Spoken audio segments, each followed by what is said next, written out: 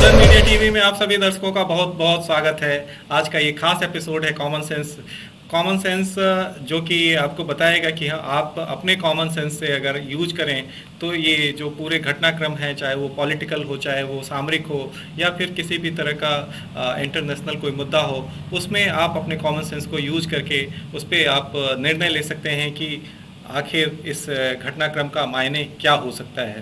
तो आज का घटनाक्रम हम लेके आए हैं, जो आज का जो विषय है वो संजय राउत की गिरफ्तारी से ही स्टार्ट हम करेंगे और ये पूरा आंकेंगे कि ये जो ये जो पूरा का पूरा परिदृश्य है, राजनीतिक परिदृश्य है, वो किस दिशा में जा रहा है। आप देखिए, सत्येंद्र जैन जी की गिरफ्तारी हो चुकी है। दिल्ली से शुरुआत करते हैं इसकी बात की।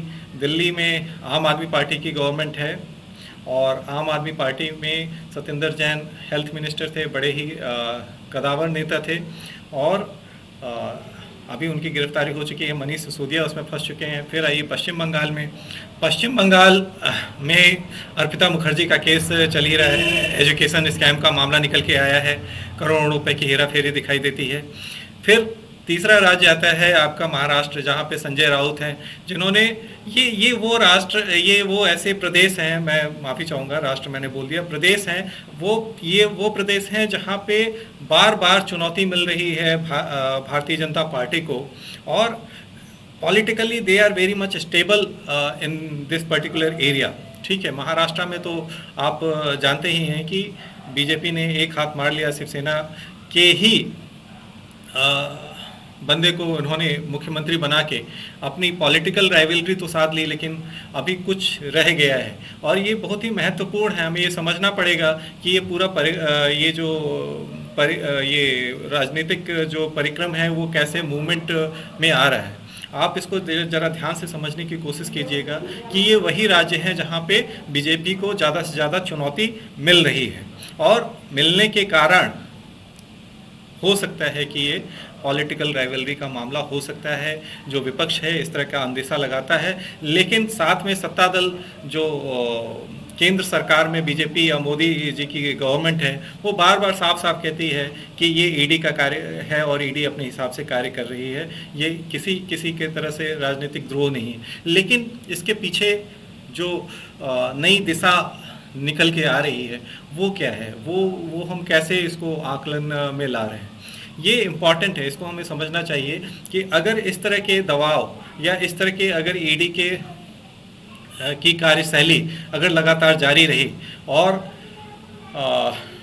भले ही वो विपक्ष या आप ये कहिए कि केंद्र में जिनकी सत्ता है उनके जो विपक्षी दल हैं उन राज्यों में इस तरह की घटनाएं ज़्यादातर से हो रही हैं, तो इसके नए मायने होंगे और वो नए मायने ये हो सकते हैं कि लगातार आपको ये देखने को मिलेगा कि भ्रष्टाचार के मामलों में कई मंत्री फंस रहे हैं और अगर यही स्थिति बनी रही तो निश्चित रूप से आप ये जान के चलिएगा कि इसमें बड़े बड़े नामों का सम्मिलित होना स्वाभाविक है।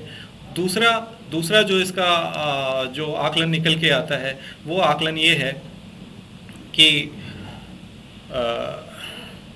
अगर भविष्य में बीजेपी केंद्र में नहीं रही और केंद्र के बीजेपी के जो विपक्षी पार्टियां हैं अगर वो भी अगर सत्ता में आई केंद्र में, तो इसी तरह की घटनाएं बीजेपी के राज्यों में आपको देखने को मिल सकती है। इससे फायदा देश को हो सकता है और देश को फायदा इसलिए भी होगा क्योंकि एक तरह से जो भ्रष्टाचार पे जो किसी तरह का कोई लगाम नहीं लगा हुआ था, आज हम ये देख रहे हैं कि इंटेंशनली अनइंटेंशनली कुछ जगह पे इसका प्रभाव हमें दिखाई देने को मिल रहा है और ये बहुत बड़ा प्रभाव जो है सो आगे चल के मील का पत्थर साबित होगा। आज इसको हम जीरो माइलस्टोन से हम इसको नाम दे सकते हैं कि ये जीरो माइलस्टोन है जहाँ पे कुछ लोगों को निशाना किया गया है, लेकिन आगे चल के आपको ये बड़ा पत्थर दिखाई देगा। हमने पहले भी इस तरह की बात चर्चा करी थी जन मीडिया टीवी के माध्यम से, जिसमें हमने ये कहा था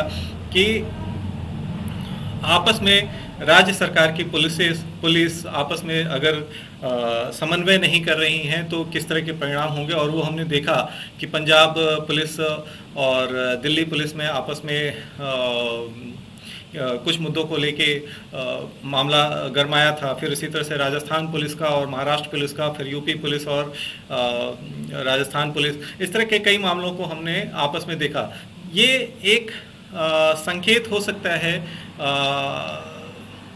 इसको आप ये कहिए कि लोकतांत्रिक व्यवस्था में एक बड़ा मील का पत्थर साबित होगा मेरे हिसाब से, क्योंकि आगे चल के इस तरह की घटनाएं और ज़्यादा बढ़ेंगी और भ्रष्टाचार पे ज़्यादा से ज़्यादा अंकुश लगने का काम हो सकता है, ऐसा मेरा मानना है। कॉमन सेंस में इतना ही। नेक्स्ट एपिसोड में फिर मुलाकात करेंगे और फिर किसी गर्म मुद्दे पे चर्चा करेंगे। तब तक के लिए मुझे इजाज़त दीजिए। मैं जन मीडिया टीवी से विकास मिश्रा। बहुत बहुत धन्यवाद आप सभी दर्शकों का।